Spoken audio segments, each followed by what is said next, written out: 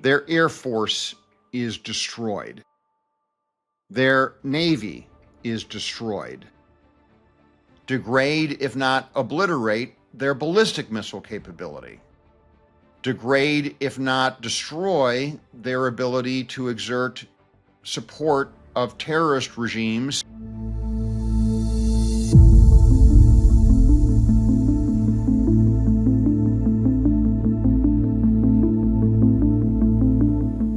Iran claims victory in the conflict. Is that with respect to any sense of reality whatsoever? And who are we dealing with if a regime like that purports to claim victory or claims purported victory? Either way you want it. This is Steve Gibson reporting, author of Logic's Dictate, a recognition to Tiger Logic in their amazing production value. Please follow, like, and subscribe so that I can continue to provide this form of content and updates on critical news events.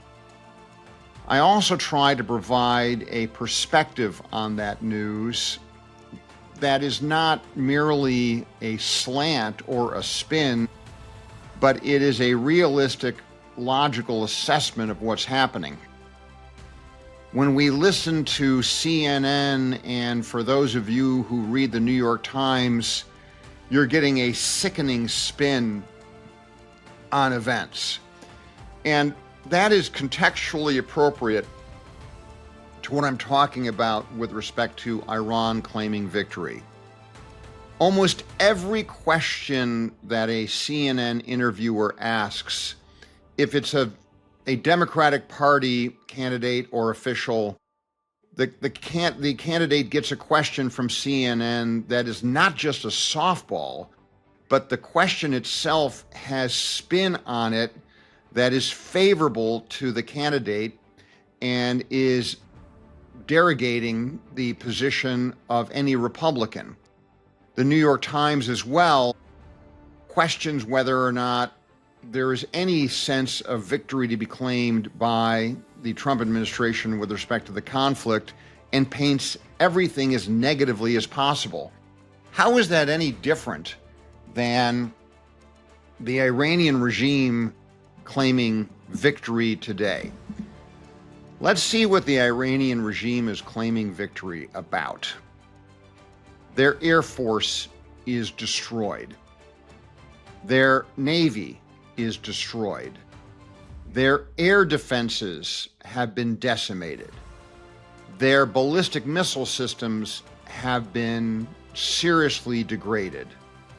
They have even had serious degradation to their drone systems and other minimal offensive capabilities.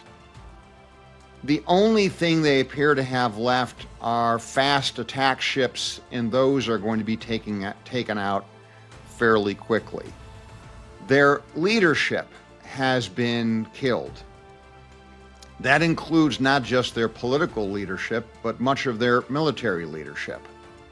Their ability to communicate and have command control has been decimated. Imagine over 15,000 munitions hitting the United States of America. Iran is a fraction of the size of the United States of America.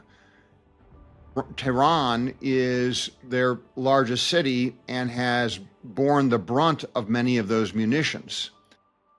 Imagine if you're sitting in New York, Chicago, or Los Angeles, and you find that, 1,000 bombs hit critical aspects of any of those cities. The impact on those cities would be tremendous. It would not be something that we would be able to sustain without having a serious counteroffensive that we would be implored to undertake at every quarter. This is the victory that Iran is claiming.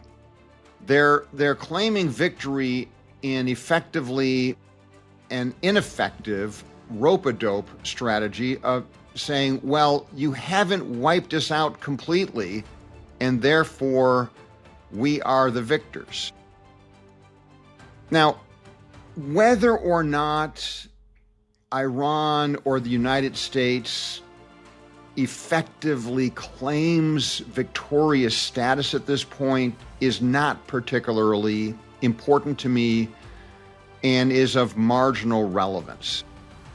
What is of greater relevance is what the claim of victory by Iran means in terms of who we're dealing with and what their psychology is, and the folks that we're negotiating with. If they don't understand in reality what their situation is, the question then is, are they posturing in their negotiations? Are they deluded? Are they truly psychotic?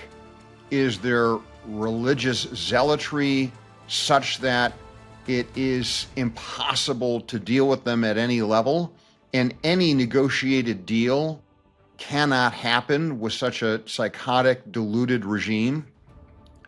Are they strategically tactical in their approach of posturing under the circumstances? These are serious questions that the Trump administration negotiators must deal with in evaluating any negotiation posture or approach with respect to Iran. I would submit to you that this is not a regime that we have any ability to successfully negotiate with other than an unconditional surrender. And that's not going to happen. Now, is it possible that they agree on one thing and one thing only, that they will not do anything in the future after the blockade is over to threaten the Strait of Hormuz? I would argue that that is something that can be negotiated. This notion, however, that we're going to be able to verify any agreement with respect to their non-nuclear capacity or incapacity seems to me to be a shallow level of agreement at every level. We, more likely than not, could do a deal where we have some level of inspection and other verification means through other forms of intelligence. But we're never going to trust those systems, and we're always going to have to be on guard to potentially eliminate their nuclear capability in the future. So it seems that the best result of this conflict right now is the following. The Iranians do in fact agree to some form of inspection regime with respect to their country and any uranium enrichment attempt that they would make. We are also allowed some inspection regime with respect to their building of ballistic missiles. We don't trust any of that as a process. We continue to believe that they will circumvent any commitment against the building of a nuclear weapon and the building of ballistic missiles. And if we have to take action in the future to diminish those capabilities or degrade those capabilities, we need to be prepared to do so. We do, however, get their agreement not to use any card of theirs with respect to any action with respect to the Strait of Hormuz. If there is an agreement that comes out of these negotiations, it would be simply that. And if they do undertake any action with respect to the Strait of Hormuz after they enter into that agreement, it would be the subject of even more severe consequences. Now, none of that agreement equals effectively further regime change. None of those agreements effectively liberate the underlying population. That's a shame, but that's not what the mission was about. The Trump administration is absolutely correct about a few things. There is, except for the situation with respect to the Strait of Hormuz, an unqualified victory with respect and completion of the mission goals that were made at the outset. Degrade, if not obliterate, their ongoing nuclear capability. Degrade, if not obliterate, their ballistic missile capability. Degrade, if not destroy, their ability to exert support of terrorist regimes throughout the Middle East and throughout the world. All of those goals effectively have been met. We then turn their strategy on its head, and when they threaten to block the Strait of Hormuz, we turn around and say, no, you're not going to be the ones to do that. We are. And let's see how that sits with you and how long you could last under those circumstances. Therefore, the negotiated result that basically takes away Iran's attempt in any level to impose some constraint on the Strait of Hormuz becomes a near total victory and vindication of the policy of dealing with the Iranian regime. And it seems as if we're on the cusp of achieving that goal. So if I'm the Trump administration, I don't necessarily focus on whether or not the agreement with respect to their development of nuclear weapons is solidified or not. It would appear to me that that's an illusory agreement under any circumstances. We should rest on the notion that we took the action that set behind their nuclear capabilities for years.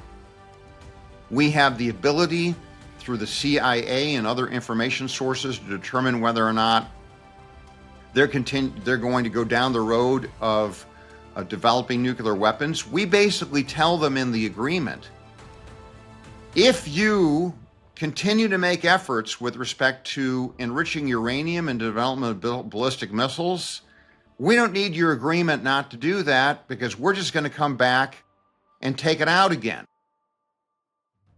You're going to turn over whatever enriched uranium exists. You're going to allow an independent peacekeeping mission to come in and obtain that uranium. And if you don't do that, there is no deal. But we're not going to basically ask them to do anything more because we can't trust them to do anything more. We're going to dictate that you've got two things that you're going to do. One, you're going to not do anything to block the Strait of Hormuz or interfere with that level of shipping traffic. And two, you're going to turn over the enriched uranium to a peacekeeping mission, period. Now, we're going to tell them, three, you're not going to pursue a nuclear capability or ballistic missile capability, but we're not going to do anything more than say, if you do, we're going to come after you again, and it's going to be even worse for you the next time. It's as simple as that. Now, that means that the Trump administration achieves all of the mission objectives. The military campaign was brilliant. The Strait of Hormuz is open and oil is flowing again. Oil per barrel is down once again to the $60 range.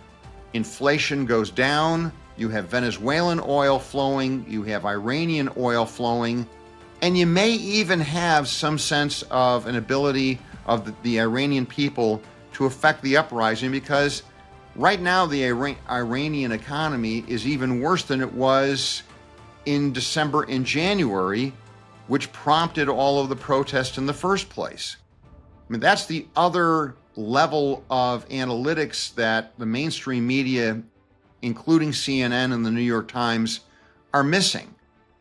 The people were suffering, and we have brought about in the past several weeks the ability of the people, after some arrangement is made, to have even greater capability of uprising again. That is a silver lining. It is not a mission goal, but it is something that the Trump administration said it would do. It said it was going to come after this regime and lay the groundwork for the people to uprise even more effectively. Whether or not the people do so, whether or not they're able to effectively do so, that was never a mission goal, and that was never the test. The test was we were going to promise to create the environment for them to be able to do so, and that is exactly what has happened. So, Iran claims victory. That is indicative of the kind of people that we're dealing with. They're insane. The other thing that this has revealed is that they are the supporters of Hezbollah in Lebanon, and they demanded a ceasefire that would include that group. That shows their colors as well, and the fact that Israel refuses to accept a terrorist organization in southern Lebanon or in any place in Lebanon is perfectly legitimate, and it's perfectly legitimate that that was never part of a ceasefire. I am not a Trump administration apologist. There are plenty of Trump administration policies and approaches that I take exception to. I think it was probably politically ill taste and improvident that President Trump posted the image of him as a holy figure. It's somewhat amusing, but it was inappropriate. There's other things that the Trump administration has done and has not done that I take exception to. However, I do find CNN and the New York Times sickening in their slanted approach, and we need to set the record straight and call that type of approach on the carpet. This is Steve Gibson reporting. Please again, like, follow, and subscribe.